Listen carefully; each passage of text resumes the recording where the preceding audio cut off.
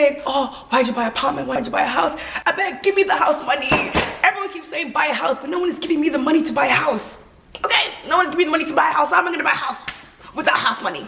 Let's use our brain. Literally my very first YouTube video ever, but I'm not new to this. Like, I've been creating content for a minute now, but this is the very first time that I'm actually uploading a video. Anyways, I'm gonna break down how much it really cost for me to buy my first home in Sydney as a 22-year-old. I bought my home last year, 2024. I was 22. I didn't know what I was doing. I didn't know what I was doing, but I had money and a dream. And so I was like, I think it's time for me to settle down, buy my cute little home, cute little apartment. By the way, people keep saying, oh, why'd you buy an apartment? Why'd you buy a house? I bet, give me the house money. Everyone keeps saying buy a house. No one's giving me the money to buy a house. How am I gonna buy a house without house money? Let's use our brain. I bought a 2-bed, 2-bathroom apartment. The reason why I bought this place, I'm actually a bit smart. I know it might look like I'm a little bit dumb, but I do have a brain in there. And the reason why I bought this place was, 1, it was close to a station. 2, the rental yield of this place is insane. If I were to rent out this place, it would cover basically all the expenses for owning the place. It would cover the mortgage, the strata, the water, the gas, the internet, everything. I wanted a place that was 2-bed, 2-bath. That way, if I did want to do an Airbnb, I can rent out 2 rooms. I was smart. When I was picking a place, I had an idea. I knew what I was doing. I wasn't stupid. But apparently, some people think I'm an idiot. So anyways, I'm not going to say the specific amount, but it's around $500,000. If you use your brain a little bit, I'm going to tell you the deposit. If you use your brain, use a calculator, you can figure out how much I paid exactly, but I don't want to say the exact amount because people are nosy and people are scary. First thing is, I did a full 20% deposit. Now, I am a first home buyer, but I didn't do the first home buyer scheme, which is basically you can get a place for 5% with a 5% deposit. I didn't end up doing that because the home loan that I wanted to get didn't offer that scheme. By the way, if you're a first home buyer, right, I thought that you can just go to any lender and be like, hi, I'm a first home buyer, I want to buy a home. But no, only specific lenders actually follow that first home buyer scheme. And there is a website where you can go to and you can check out all the lenders that actually do the scheme.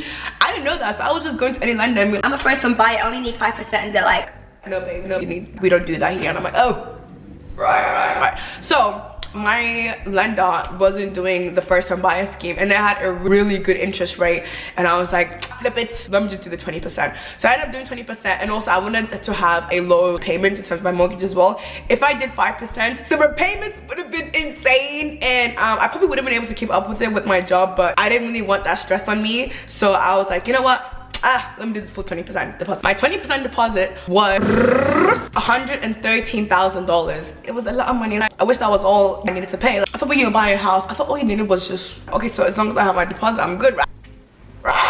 That is not the case. My mortgage is $452,000 and my interest rate is 6.06%. Wait, let me check. It's went down recently. The interest rate now is 5.33%. So I even forgot about this. I didn't realize what that. No, wow. So initially when I first got it, it was 6.06%, and the interest rate now is 5.33%, which is really good. I didn't even realize. I didn't even know. Wow. No wonder why. That makes a lot of sense actually. Next, stamp duty. Now, because I'm a first home buyer, I did not need to pay for stamp duty. I think if I had to pay for stamp duty, I would not be here right now. I'd have to pay for stamp duty. If I did pay for stamp duty, it would have been around 20K, and I'm like, I don't have that. Do you guys have that? I don't have that money. But I did have to pay for the conveyor, and my conveyor was around $2,000. It was around $2,000, but she was really good. She helped out. I had a buyer's agent. Basically, a buyer's agent role is to help you look for places, help you look for properties. They can speak to the conveyor, they can speak to a real estate agent, they can help you negotiate. I had a buyer's agent, and I was looking to pay. At first, I was like, oh, I don't know if I should pay. Most buyer's agents work by percentage. Mine was just a flat fee, which I was like, period. My buyer's agent was $2,899. Honestly, looking back on it, I probably wouldn't have gotten a buyer's agent. I feel like I was pretty diligent and I was pretty locked in when I was purchasing my property. I had a whole spreadsheet. I knew what I was doing a little bit. Obviously, I was only 22, so I was a little baby. But also, I knew a little bit about what I was doing. So I wouldn't recommend a buyer's agent unless you don't really have time to go into inspections and to be like you're negotiating and da-da-da, and you don't really have someone around you who hasn't bought a property yet before, so maybe you get a buyer's agent in that case. But I was pretty locked in, so I didn't think I needed one. But yeah, got a buyer's agent. And then because I was buying an apartment, I had to get a strata report. My strata report, I think mine was actually free. I think the real estate agent provided a strata report, so I need to get a strata report. But I did get a building and pest inspection, which is around $649. For the time, I think I was like one of the first people to be like, hey, I'm interested in this property, what's going on? So it was around $649. And I didn't have to pay LMI because I paid the full 20%, so I didn't have any lenders, mortgage insurance. That is all the initial costs for me to buy my first home. So in total, it's $118,538. Honestly, that is a lot. I will say, when I was purchasing my first home, literally all of the money I had was in there. So I didn't really have a lot of money left over.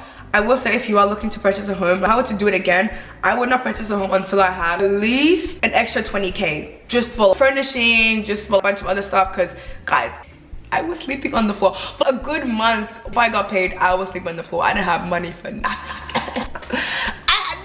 I didn't have any money, so I would 100% recommend making. I didn't really put into account the furnishing and everything I would take to decorate the place. My place is stunning. I didn't really take that into account, but I would probably have an extra 20K in the bank before I purchase another place. I will say, especially if you're like my age and you're looking to purchase your first property, it is a lot. Just make sure you do your research, make sure you know what you're going into. Watching this video is actually one of the first steps as well, because then you get an idea of what other people are spending as well. Watch more videos, do more research, don't be scared. If you do have any questions, let me know. Put in the comments down below. I'm a YouTuber, guys. One thing I will say, if I were to do it differently, if I were to purchase my first home right now, one, I would have negotiated a lot better. I feel like because I was kind of new, I didn't really know what I was doing, and I was like, what's going on? I definitely would have negotiated a lot better, and I probably would have done a bit more research on this apartment, because there is some issues in this apartment. People were also asking me, why did I buy an apartment over a house? One of the main reasons was because of the money, right? Like I said before, literally, I don't have the house money. Do you have house money? I don't have the house money. But my idea or my goal was that let me get a property now, and then in the future when I want to get my second property, I can use this as leverage for my next property, because I already have, obviously there's a huge deposit here, so I'm like, I can use it for my next property. And also my thought process was that obviously house prices are gonna increase because the interest rate has gone down. House prices have increased drastically lately as well. So house prices are going to increase, deposit is going to increase. If I can afford something now, wouldn't it be better for me to just get in the market now and then use that? And then as my property also increases as well, when I go to buy a new one, the property value of this apartment would go up as well, so it would be easy for me to buy my next property. Or I could sell this property and use it to buy the next one. But yeah, that was literally my mindset. My mindset is like, let me just get in now while I can, before it's a little bit more affordable, before it goes insane and then I can't afford it anymore. So that's the reason why. That's the amount. It's not like, I'm pretty sure there's a couple of small amounts here and there, but that's the amount that I can remember right now. I do want to do a video about the ongoing costs for purchasing a property in Sydney, because there is a lot. There's so many costs, so many bills. Oh my god, I'm an adult. Anyways, there's so many bills. If you do have any questions about purchasing property and stuff, do let me know. I am going to be filming my video. I want to film a video about the ongoing costs, because there's so many costs. I'm actually an adult, crazy. But yeah, there's a lot of ongoing costs associated with it, and I'm excited. Anyways, that is it for this video. I'm so excited. Please like, comment, please subscribe. Please, please. I want to get a 6K by the end of this year, so please subscribe if I provided even a little bit of value, even a little bit. Please subscribe, and you can see more of my stunning face. Hello. I mean, it's gonna be a fantastic time over here. To be shy. But if you want me to do a video also on how I saved up and if you have any suggestions about what videos you want from me, let me know in the comments down below. So that's it for my very first video.